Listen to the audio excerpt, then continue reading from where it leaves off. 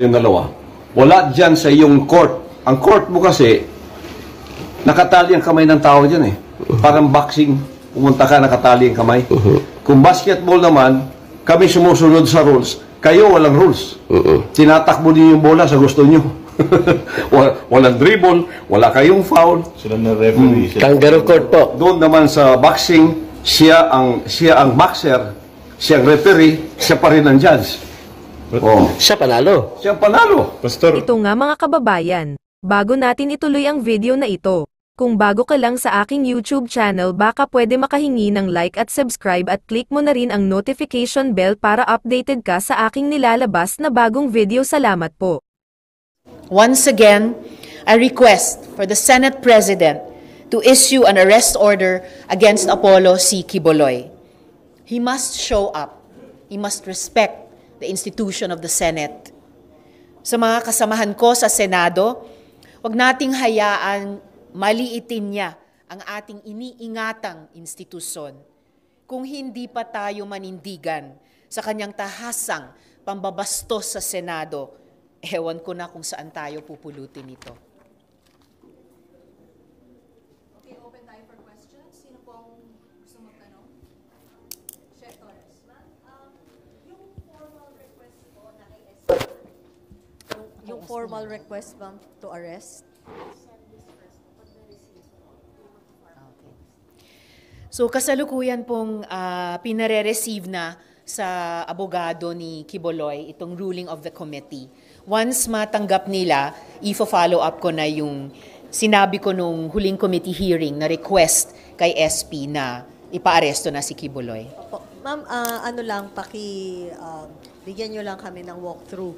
So, pagka-request kay SP, meron po ba siyang given period? Ilan yung at least araw para pirmahan ni SP yung order for arrest? And ano yung susunod po na mangyayari? I think the given period ay naglapse na, yung non-extendable period of 48 hours para sumagot si Quiboloy dun sa show cause order. So at least nagawa na niya iyon. So any minute now, the Senate President, as soon as I follow up on my request to him, as soon as matanggap ng abogado ni Quiboloy itong ruling of the committee, any minute then, pwede na pong i-issue iyon. Last na lang. Sabi ng Kamara, willing sila na ibigay sa inyo yung custody ni Quiboloy. Kayo po ba, willing din kayo na dito na sa Senate, do you feel na talagang masisecure or magagwardiyan siya dito as compared sa House? No need for comparisons, pero lagi dati kapag mayroong pina-appear o pina-aresto ang Senado, ay naalagaan silang lahat dito sa Senado. Ngayon ko lang narinig yung sinabing iyon ng House. Kung ganon, ay wini-welcome ko po yun dahil isa na namang halimbawa ng interparliamentary courtesy na ibinibigay traditionally ng dalawang houses sa isa't isa. Okay, thank you. Sino pong susunod na magtatanong? Meron ba ay? Sige, after ni Macon, Marlon. Good morning, ma'am. Morning. Ma'am, do you feel you are facing a big challenge here? Kasi meron siyang mga kakamping senators and Quiboloy has been defiant of any order and he believes that he is above the law. He's really challenging, pero at least hakbang-hakbang na ipapakita ng Senado na hindi talaga siya above the law. Hindi po ako nababahala o ano paman kung meron akong mga kasamang senador na sumusuporta sa kanila dahil yun naman po ay karapatan ng bawat isa sa amin magkaroon ng sariling posisyon. At mabuti, meron namang rules ang Senado na aming lahat na sinusunod. Kaya't kung merong anumang manifestation na gagawin, kung may kakailanganing bilang sa alinmang bahagi ng Senado, yun po ang gumagabay sa aming paghakbang o hindi paghakbang sa mga susunod na yugto ng proseso tulad ng investigasyon. And so far, pinakita po ng Senado sa aming mga sarili, isa't isa, at higit sa lahat sa publiko, na kayang-kayang isulong ng Senado sa pag-exercise ng kanyang mandato, sa pag-exercise ng kanyang konstitusyonal na kapangyarihan, yung kanyang mga tungkulin. Partikular at lalong-lalo na sa ganitong usapin ng hustisya para sa mga babae at mga menor de edad. Okay, next, Marlon. Good morning. Ma'am, as previously pointed out, ibang-iba yung naging kaso dito kay Kibuloy doon sa iba pang resource persons. For example, yung kay Senyor Aguila. Ibang-iba din yung pagtrato ng ilan sa inyong mga kasamahan doon dito sa kaso ni Kibuloy. How will this affect the credibility of the Senate moving forward kung ganito po yung nagiging aksyon ng ilan yung kasamahan? I think it further bolsters the reputation of the Senate na isa sa pinaka-independenteng institusyon sa loob ng ating gobyerno, isa sa mga mayat-maya huling linya ng depensa sa ating proseso ng demokratisasyon, lalo na pagkatapos ng 6 na taon ni Duterte na talagang sadyang inatake niya ang iba't ibang mga institusyon ng demokrasya para humina o mawala yung checks and balances sa kanya bilang executive noon.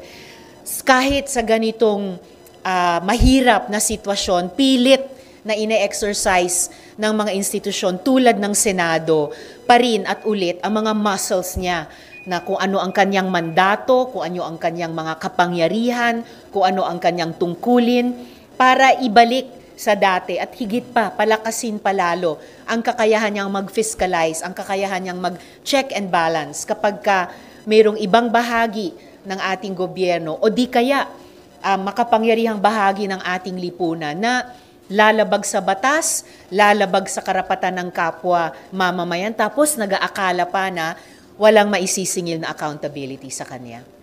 Ma'am, have you made the necessary arrangement po kung sakaling maaresto na si Kibuloy dito sa Senate?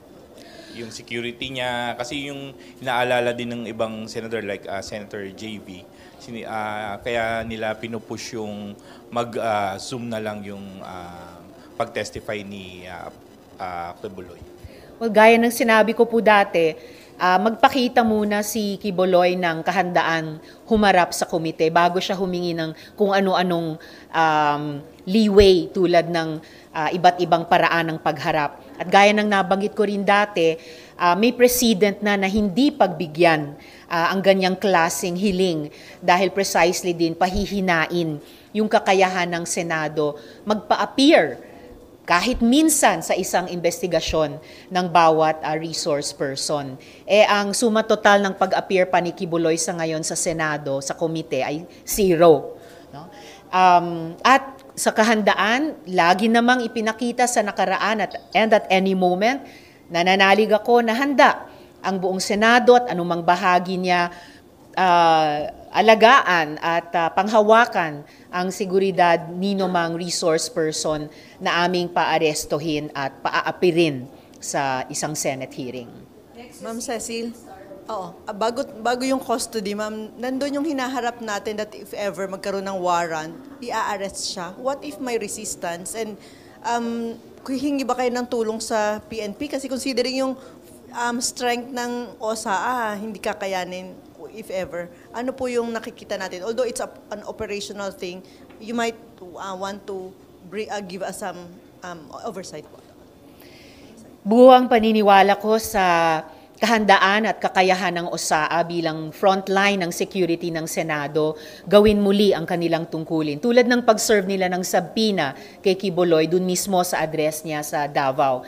Tulad ng isinagot ng DILG sa isang hearing, kung hingin namin sa pamamagitan ng OSAA ang tulong ng PNP, ay pwedeng-pwede po naming hingiin yon. At tulad sa mga raming pagkakataon noon na hiningi, pati ng aming komite, ang tulong ng PNP o ng NBI sa ganitong klaseng mga investigasyon ay naging laan naman po sila na ipagkaloob iyan, kaya umaasa pa rin ako sa dati na nilang pagtulong. Magtatanong po tayo sa DILG or sa PNP kung possibly merong physical resistance pagka i-arrest doon. Kasi, di ba natatandaan mo yung kay Cleo po?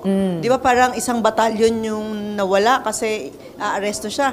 Ito religious leader din po. So ano po yung anticipation natin? Thank you. Well, hopefully, walang mamumuong physical resistance dahil if ever, isa na namang negatibong development yan dito sa investigasyong ito na kung hindi lang nagdrama ng napakatagal ni Kibuloy, kung sana humarap na lang siya sa unang hearing, hindi kailangang umabot sa ganito. Pero sa anumang scenario na mag-materialize, for one, ang PNP ang may kakayahan ng institusyon sa loob ng ating gobyerno. Siguruhin ang kaligtasan ng publiko at siguruhin ang pagtupad sa ating mga batas, pati ang pagtaguyod sa mga normal na proseso ng iba't ibang bahagi ng ating gobyerno, pati na namin dito sa Senado.